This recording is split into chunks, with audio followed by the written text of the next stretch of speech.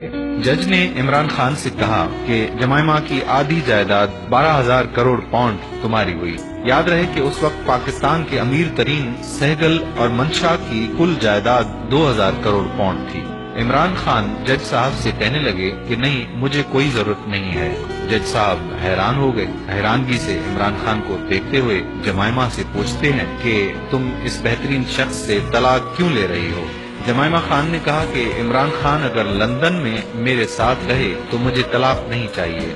जज साहब ने फिर इमरान खान से सवाल किया कि तुम लंदन क्यों नहीं रहते। इमरान खान ने जवाब दिया कि मैं अपने प्यारे वतन पाकिस्तान के लिए कुछ करना चाहता हूँ, क्योंकि वहाँ गुर्बत, जहालत और नाइंसाफी बहुत है। जज ने जमाइमा खान से कहा कि तुम पाकिस्तान क्यों नहीं रहती।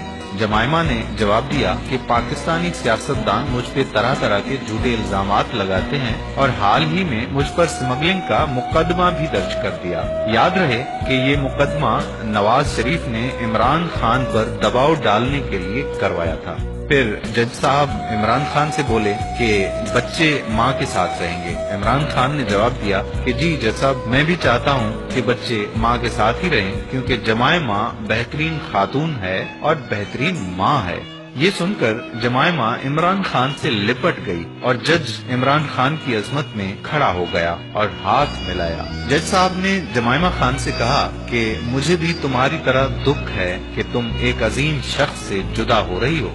इमरान और जमाइमा ने एक दूसरे की तरफ देखा और इतने में जज ने तलाक का ऐलान कर दिया और फिर इमरान खान और जमाइमा की आंखों में आंसुओं से बात होने लगी। दोस्तों, ये हैं हमारे सच्चे लीडर जो इस वक्त मुमलकत खुदादाद पाकिस्तान के वजीर आजम बन चुके हैं। अगर आप इमरान खान से मोहब्बत करते हैं तो इस वीडियो को अपने दोस्तों के साथ जरूर शेयर कर दीजिएगा और आने वाली वीडियो तक अपने मेजबान कादिर कल्होड़ो को इजाजत दीजिए। अल्लाह हाफिज।